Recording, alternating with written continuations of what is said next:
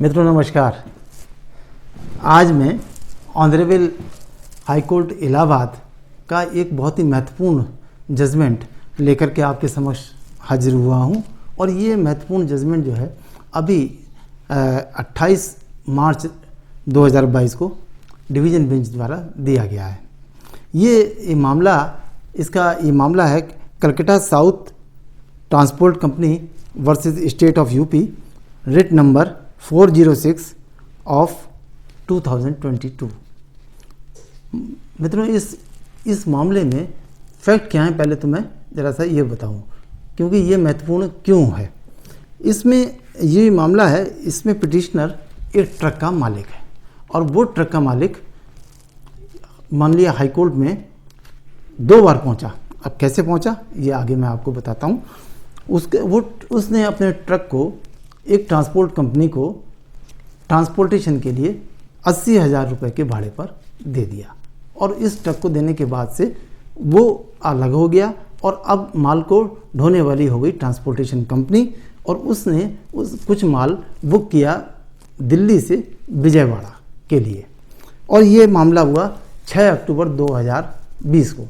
तो जब माल लेके चला वो ट्रक तो आगरा में इसको डिटेन किया गया और इसमें कुछ कमियां पाई गई और कमियां पाने के बाद उसको उन्होंने नोटिस दिया, 129 की कार्रवाई की और 129 की कार्रवाई करने के बाद उन्होंने इंतज़ार किया, लेकिन ना तो परचेज़र आया, सेलर आया, ना ट्रांसपोर्टर आया, कोई आया ही नहीं। तो इसलिए उन्होंने मूव 10 जो कि कन्फिस्केशन की कार्रवाई है, सेक्शन 130 की कार्रवाई है, वो शुरू कर दी और 23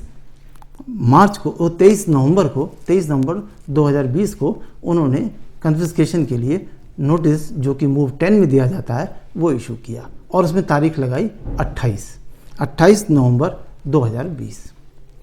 अब वो जो नोटिस दिया था वो ट्रक मालिक को दिया, तो ट्रक मालिक ढूंढता ढांढता किसी तरह से 5 दिसंबर को वो अधिकारी के सामने आया तो उसने पाया कि ये क्या, तो 28 तारीख लगाई थी और 29 तारीख को सेक्शन 130 का ऑर्डर मतलब कन्फिस्केशन ऑर्डर पास हो चुका है।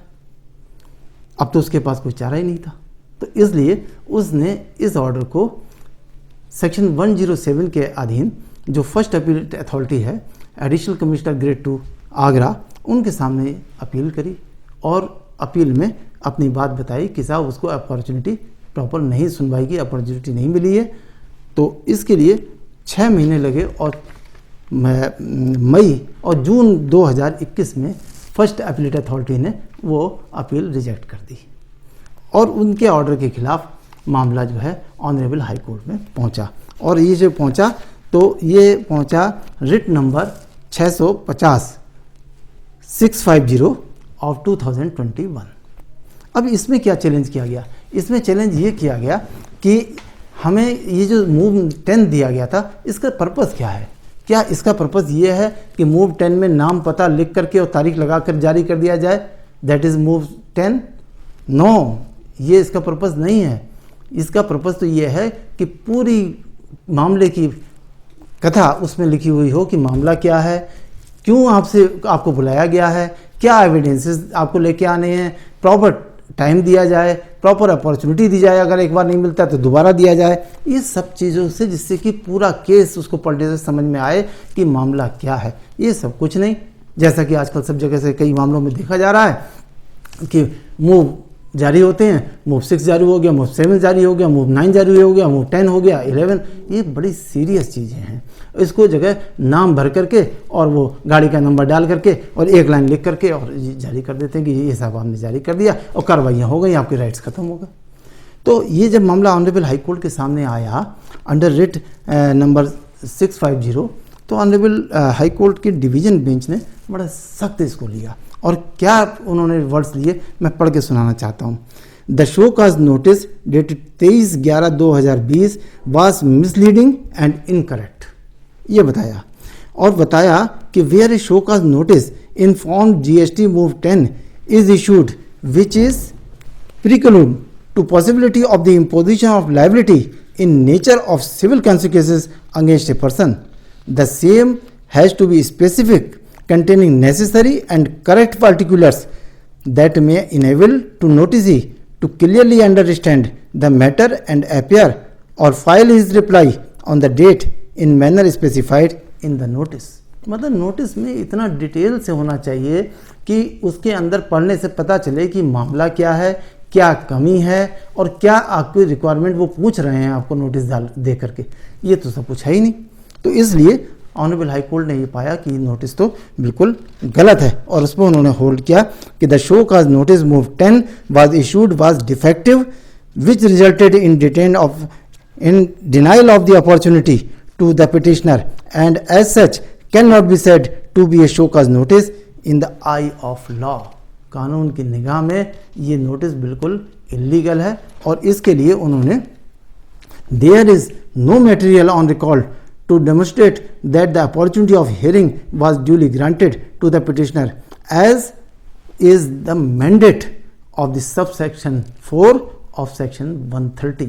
सेक्शन 130 के अंदर जो कॉन्फिस्केशन की पावर्स हैं उसके सब रूल 4 में ऑनरेबल हाई कोर्ट ने अपने ऑर्डर में मैंडेट शब्द का इस्तेमाल किया है।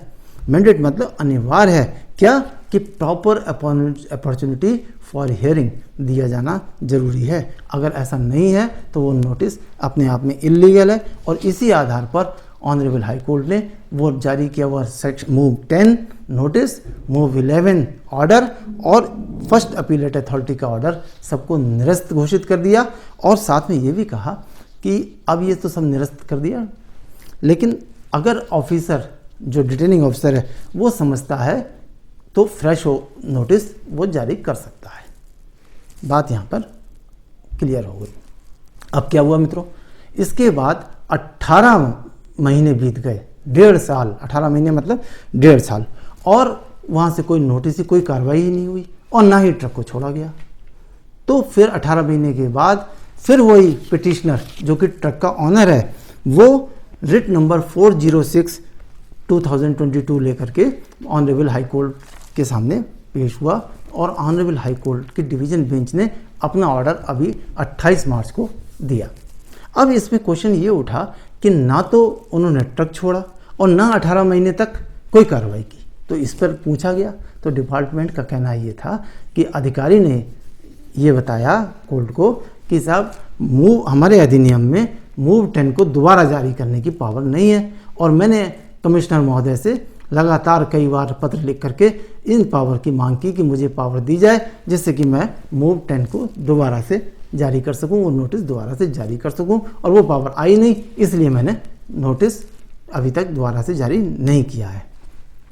इस पर ऑनरेबल हाई कोर्ट ने कहा कि भाई ये तो बात बिल्कुल क्लियर है कि जब पहले वाला नोटिस ख़त्म कर दिया गया कोर्ट के द्वारा, ये कहा गया कि नल एंड वाइट ख़त्म, उसकी कोई वैल्यू नहीं रही, तो फिर आपको दोबारा कहाँ वाली बात है, आपको तो फ्रेश नोटिस जारी करना था, वो आपने किया नहीं। 18 महीने से ट्रक जो है इधर से उधर खड़ा हुआ है। तो इस पर ऑनरेबल कोर्ट ने जरा सख्त रवैया अपनाया और उन्होंने ये कहा, जो बड़ा शब्द है मैं स्पेशली पढ़ के इसलिए सुना रहा हूँ, it is settled law that if a public functionary acts maliciously, oppressively, and exercise of powers results in harassment and agony, then it is not an exercise of power, but it is abuse. No law provided protection against it. Harassment by public authorities is socially abhorring, legally impermissible, which causes more serious injury to society. In modern society, no authority can arrogate to itself the power to act in a manner which is arbitrary.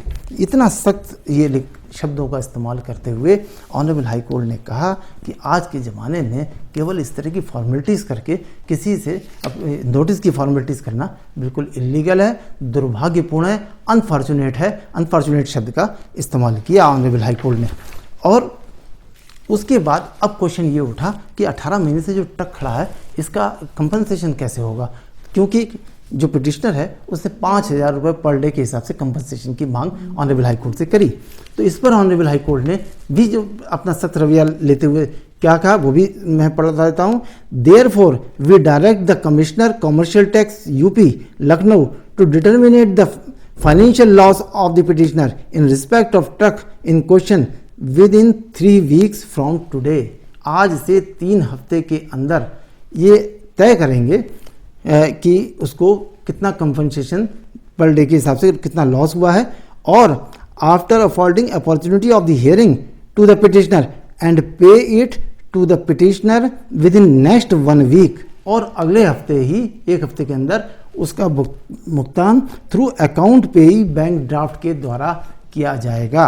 इतना सख्त view honourable high court द्वारा लिया गया। इसके अलावा जिस अधिकारी के द्वारा ये रोका गया था, सीजर किया गया था, उस पर 5,000 रुपये की कॉस्ट भी लगाई, जो कि high court legal services committee Allahabad के में जमा कराई जाएगी।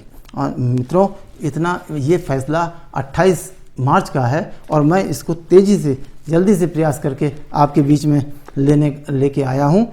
इसमें 2 चीज़ें क्लियर हो गई कि एक तो जो जीएसटी में केवल फॉर्मेलिटीज़ हो रही हैं वो टोटली गलत हैं, उनको इग्नोर नहीं किया जा सकता, और दूसरा हैरेसमेंट जो हो रहा है इसको किसी भी तरह से उचित नहीं माना जा सकता। मित्रों, मेरा ये प्रयास कैसा है कृपया कमेंट करके बताइए, जिससे कि मैं इसी तरह के किए गए प्रयास को जल्दी से जल्दी आप तक पहुंचाने में सफल हो सकूं। थैंक यू, नमस्कार।